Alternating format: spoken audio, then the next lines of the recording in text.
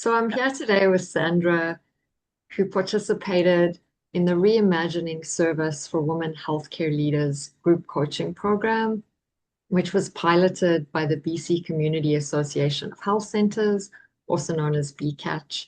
And she's here today and generously offered to share her reflections on the transformation that she experienced through this journey. So welcome, Sandra. It's so lovely to have you here today.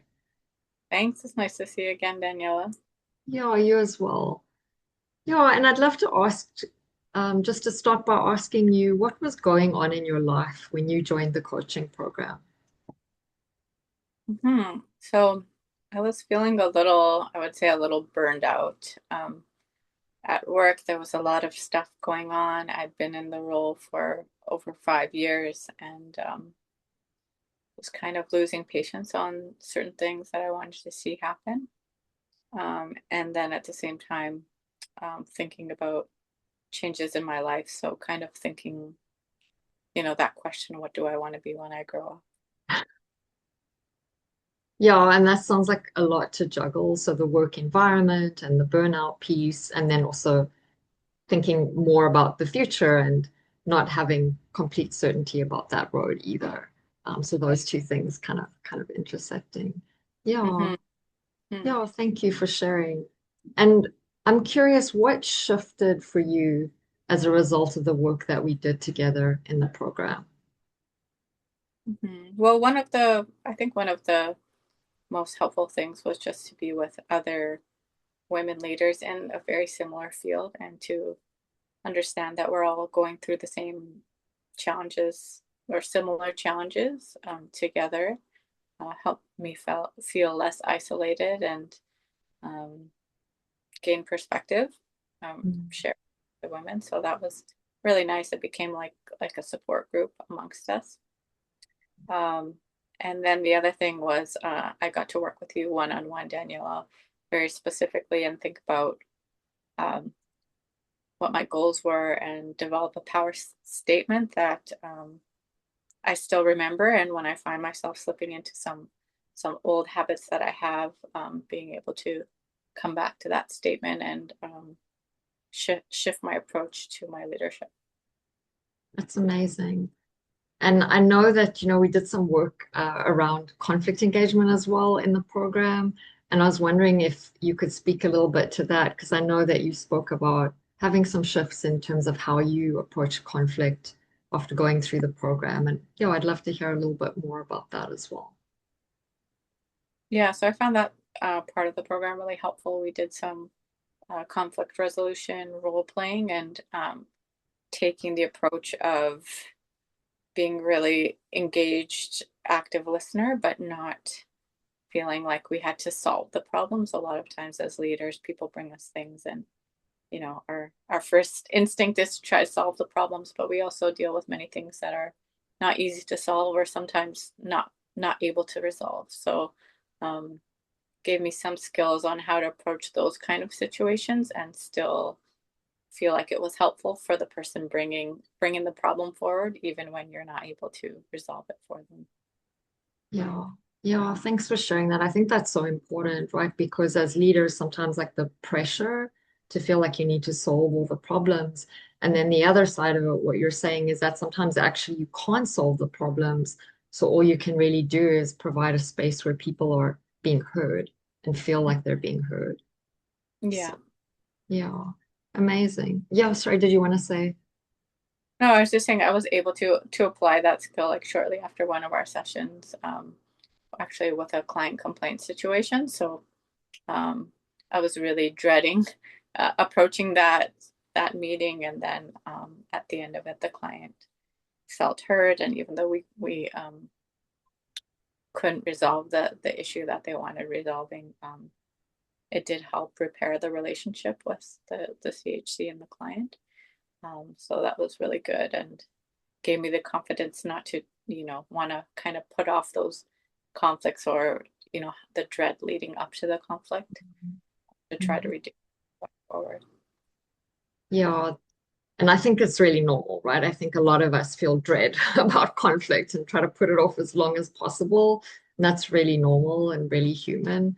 but I think it helps to feel like you said, more confidence in being able to go forward and engage with those situations, especially when you see like a positive result of having Mhm. some more of those skills and putting them into action. For So sure. that's amazing. Yeah, and I mean, I know you talked about, the part of having that community of women in the same context and that lessening the isolation, feeling like we're all alone. And, I've heard that from so many women, that Mhm. feeling until they realize others are experiencing the same thing. And I guess I'm curious, in addition to that part of the program and the community, what were the most valuable parts of the program for you? Um, well, I really appreciated how the program was started off with a 1 day in-person session where everyone got to meet in person, and meet Daniela and build that sense of comfort and safety with each other. And then going forward, the sessions online, because we had already established that solid base, we were able to continue that, I would say, like safety and transparency in the group. And also, there were, as I mentioned early on, I had one session with Daniela that we could work specifically on, and she could kind of probe me to go deeper into what was it that I was really seeking, what was my goal, and to have that personal probing. And then with all the follow-up sessions we had in between, as well as some written homework that we had in between to sort of keep developing, keep furthering that goal, and keep reinforcing that, and with the group and individually with Daniela and individually with your own self-reflection. So it sort of gave multiple chances to build on something that gives you much more than what like a one-off kind of program would do, to deeply embed it. Mm. Yeah, that's amazing. And yeah, I really appreciate you sharing that. And I think like the session that we did at the beginning is kind of a vision setting, right? So you know where you're going and like you said, more personalized because it's going to be different for everybody, but then having the group as that support over time and then having the space to think about things on your own as well. Because really the purpose is so that you can keep doing that after the program's over, right? You can keep Mm, doing those reflections and keep using that power statement. Um, for sure, yeah. And I just wanted to add, like with having the group there, and everyone was quite open, and could see many of us were working on the same things, and some of us were working on different things, and we were able to give each other support and suggestions as well. So to learn from each other and to sort of give each other confidence as well. So yeah, that was nice to be able to do that. A little bit of mentorship within ourselves, I would say.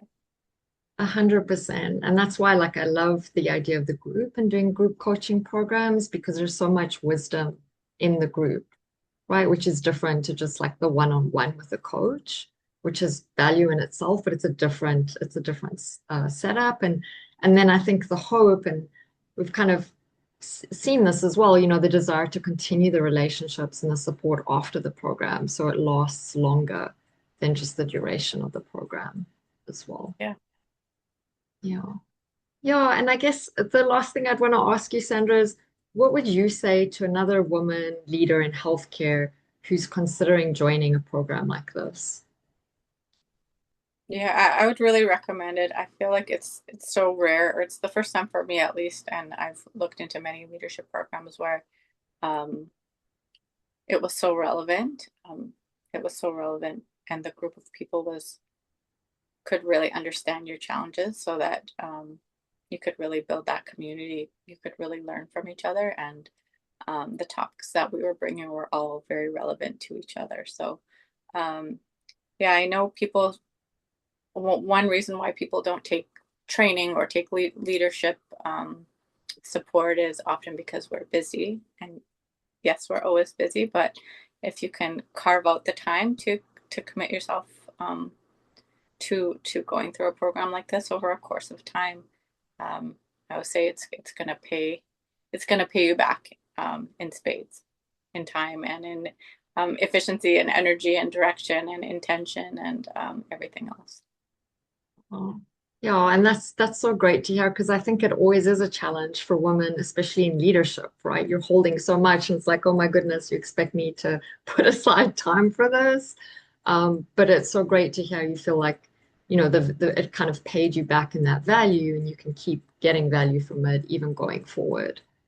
Yeah, for sure. And from the people in our group, there was some people that were brand new to leadership and some people that had many years of experience in leadership. And I feel like we all got something out of it, even at our different stages in leadership. So yeah, you've never been a leader for too long to take time back to reflect. And sometimes even more so important for those of us who have been leaders for a long time because we feel like we can feel like we've been doing this for a long time. So what more is there to learn? But sometimes when we've Mm. been at a long time, we sort of stop taking that time to reflect. So um, it was really great to see the diversity of women in their different stages of leadership in the group. Yeah, I love that so much. And I think it also speaks to what you were saying before about learning from each other, because the more experienced leader has things to share with less experienced leaders, but then the less experienced leaders are also bringing a fresh perspective, right, and different insights. And so you've got that kind of cross-sharing of knowledge and experience, and energizing and inspiring each other as well. So I love that. Yeah. Well, is there anything else you wanted to add, Sandra, that I didn't ask you that you think would be good to share or important to share? I just wanted to say thank you to yourself, Daniela, and also to Catch for embarking on this project and kind of recognizing a need that, I wasn't really thinking of it myself because I had already taken a leadership course a couple of years ago. But yeah, it was nice for Catch to recognize that there was a need and to offer this. So yeah, just want to say thanks to Catch, thanks to yourself, Daniela, and to all the women that participated in my cohort. Yeah, well, thank you so much, Sandra. And I think it was such an amazing initiative for BCatch to be able to pilot this and work in collaboration with me to get this off the ground because it's such an important need. And, like you were saying, kind of the specificity of it, specifically for women, for leaders in the healthcare sector, that I think there's a gap in that. And so it was just such a lovely experience to be able to do this together. And yeah, I really appreciate your being here and your participation in the program as well. So thank you so much. Yeah. Yeah.